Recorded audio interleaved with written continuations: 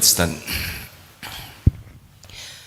Mata aushaka min khalqihi fa'lam annahu yuridu an yaftaha laka babal unsi bihi.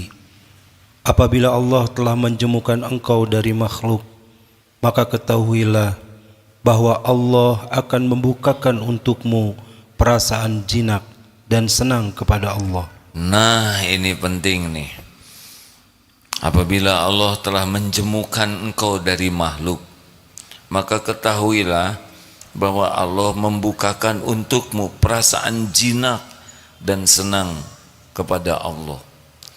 Jinak di sini jadi rasa enak, dekat dengan Allah.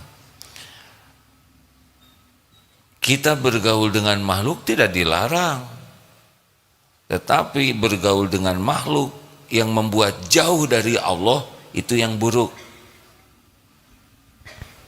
Apa yang membuat jauh dari Allah? Kita gaul dengan makhluk manusia dan lebih sibuk berharap kepada manusia daripada kepada Allah, itu buruk. Ingin ketahuan cakep, ingin seperti orang kaya, ingin dinilai teman-teman punya tas Hermes, ingin dinilai kerudungnya paling bagus, terus kita gaul tapi untuk pamer, untuk dipuji, untuk diakui, untuk dihargai. Ini mau apa? Gaul dengan orang jadi ujub, gaul jadi orang jadi ria, gaul dengan orang jadi gibah, gaul dengan orang jadi fitnah. Terus apa untungnya gaul seperti ini? Apalagi kalau gaulnya hanya dengan orang-orang yang dianggap kaya, supaya dianggap sebagai ikutan kaya, padahal bokeh. Gaul dengan orang kaya dengan harapan kebahagiaan, dikasih sesuatu.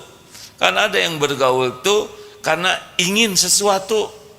Kalau ingin nambah iman, ingin nambah amal, bagus. Tapi kalau kita gaul dengan orang karena ingin dikasih dunia. Ada 4 yang harus dikurangi kalau ingin punya hati bersih. 1, kurangi tidur. Maksudnya secukupnya lah tidur. Jangan enak-enak berlama-lama tidur, karena waktu tidur kita tidak banyak amal yang kita lakukan.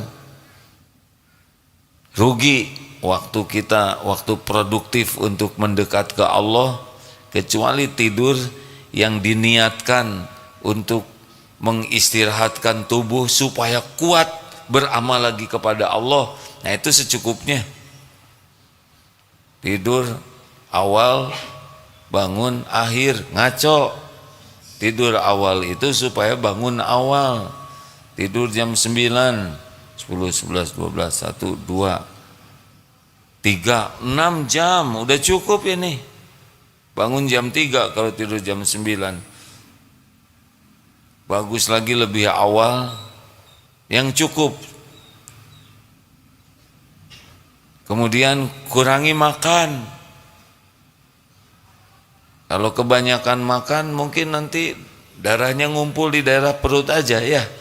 Jadi otak kita kurang darah. Jangan banyak makan, hadirin, secukupnya. Makan itu untuk menegakkan punggung supaya bisa beramal soleh. Tidak ada habisnya berpuas-puas makan. Beragam penyakit itu di antara penyebabnya adalah banyak makan. Dan banyak makan itu yang pantas itu memamah biak itu kerbau ya. Kurang lucu kita ngunyah terus. Apa enggak bosan tuh ngunyah terus? Secukupnya. Yang ketiga, kurangi ketemu orang.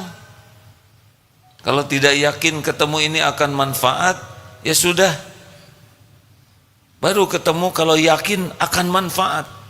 Dapat ilmu, ladang dakwah, silaturahim, kita bisa nolong orang,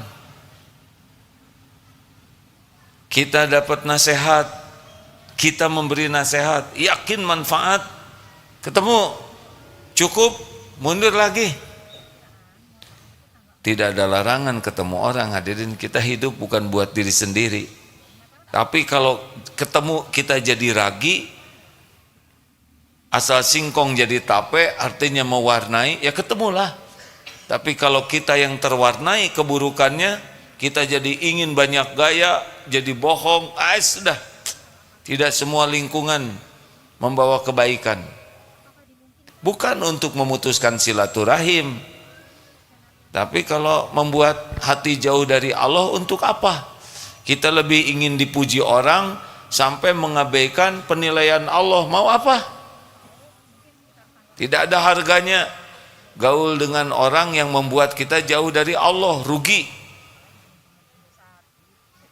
Dan yang keempat, kurangi bicara. Kalaupun harus ketemu orang, jangan bicara kalau tidak ada manfaat. Lebih baik mendengar, menyimak, banyak manfaatnya. Kalaupun mau bicara, pilih, dirasa-rasakan, dipikirkan, sehingga yang keluar kata-kata itu kata-kata yang disukai Allah. Nanti Allah menolong kata-kata itu manfaat. Tidak perlu cari akal supaya kita disukai orang. Mau apa kita disukai orang tapi Allah tidak suka ke kita?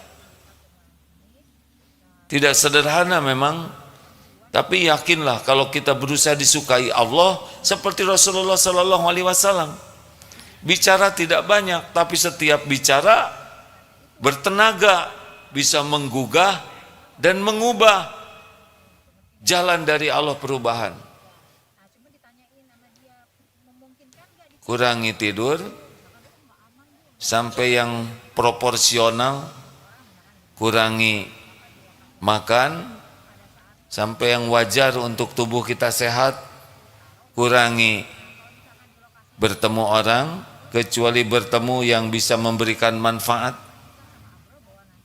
dan kurangi bicara.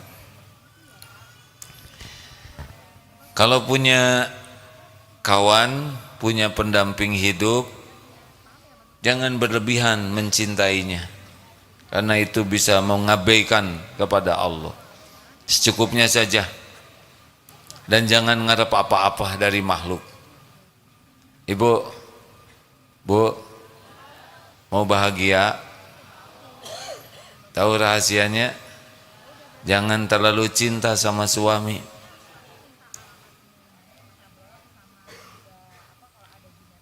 Pertama, suami ibu belum tentu apa?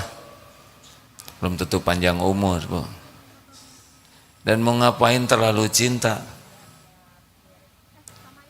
Ini maaf ya, berulang-ulang, ini bagi istri yang terlalu cinta ke suami, pasti banyak masalah dalam hidupnya. Tidak akan tenang, tidak akan bahagia, GTA, galau tiada akhir, cemteremen, cemburu terus menerus, liwe, liar wae. Bu, ini karena tamunya baru, jadi saya harus ulangi ya materi ini. Siapa yang menciptakan ibu? Jawab. Yang menghidupkan ibu siapa? Yang memberi rezeki kepada ibu, yang menutupi dosa dan aib, yang bisa ngasih pahala siapa? Yang menurunkan sakinah siapa? Yang bisa memberi husnul khotimah siapa? Yang punya sorga siapa? Kalau gitu suami ibu apaan? Sampai dicintai habis-habisan, apaan suami ibu, Bu? Jawab. Suami ibu teh apa bagi istri teh? Jawab, ibu ini teh punya suami tidak? Iya, jadi suami teh sebagai apa? Imam, bisa gitu ngimamin? Kemarin cuma ina atau ina waktu Ramadan. Sebagai apa? Pendamping. Cuma pendamping, kok nggak ada di sini? Kalau didampingi supir, Jawab. Ini MT Fatimah Az-Zahra Cirebon, udah berapa lama ngaji? Jadi suami teh sebagai apa? Jawab. Kepala keluarga, cuman kepala, nggak ada badannya. Suami teh ladang amal, ibu. Oh, kata Allah, nikah segitu lama, oh ladang amal. Iya. Suami itu ladang amal. Kebaikan suami, ibu syukuri, ibu dapat pahala. Kesalahan dan kekurangan suami, ibu bersabar dan ibu membantu memperbaikinya, mendoakannya, ibu dapat pahala. Di yaumal hisab itu masing-masing, ibu dan suami itu dihitung masing-masing. Tapi kalau saya ingin suami saya itu ganteng, baik, soleh, banyak uangnya, hafiz Quran, tapi kan yang itu nggak mau sama ibu yang barusan disebut ya. Terima yang ada. Kita nggak bisa mikirin yang nggak ada. Yang ada saja dijadikan ladang amal. Mengerti bu? Apa suami bisa melindungi ibu tidak? Jawab. Ibu sekarang digigit nyamuk di sini, suami di Cirebon nggak bisa apa-apa.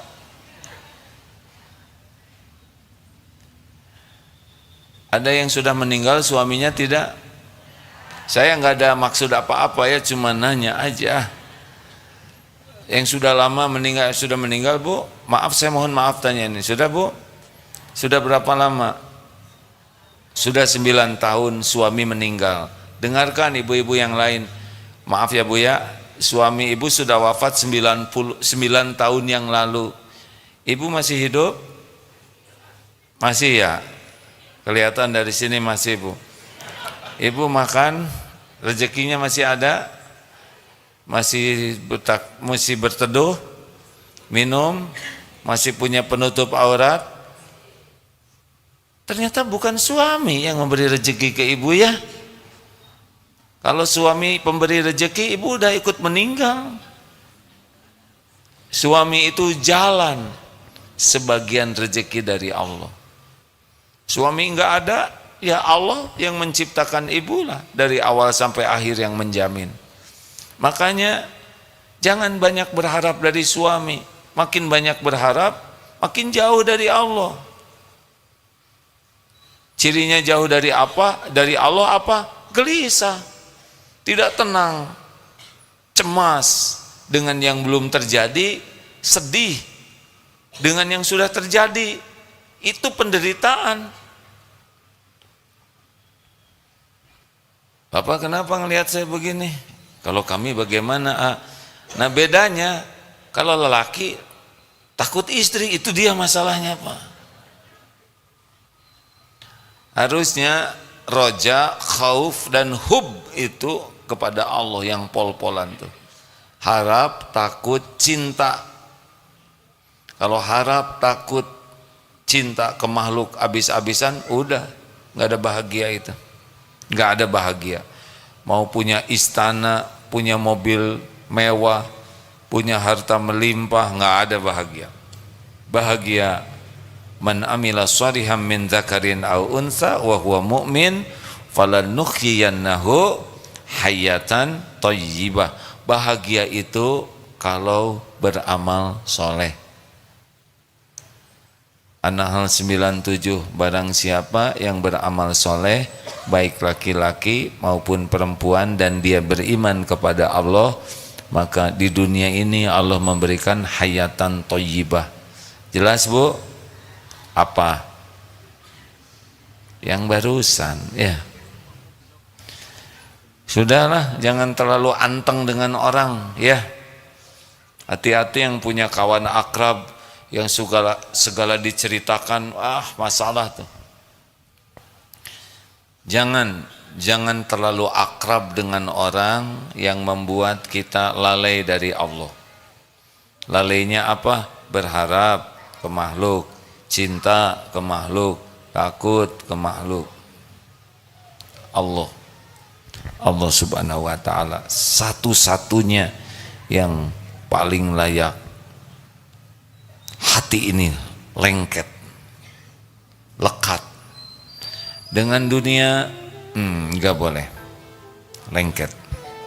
Ya, silakan. Ada pertanyaan?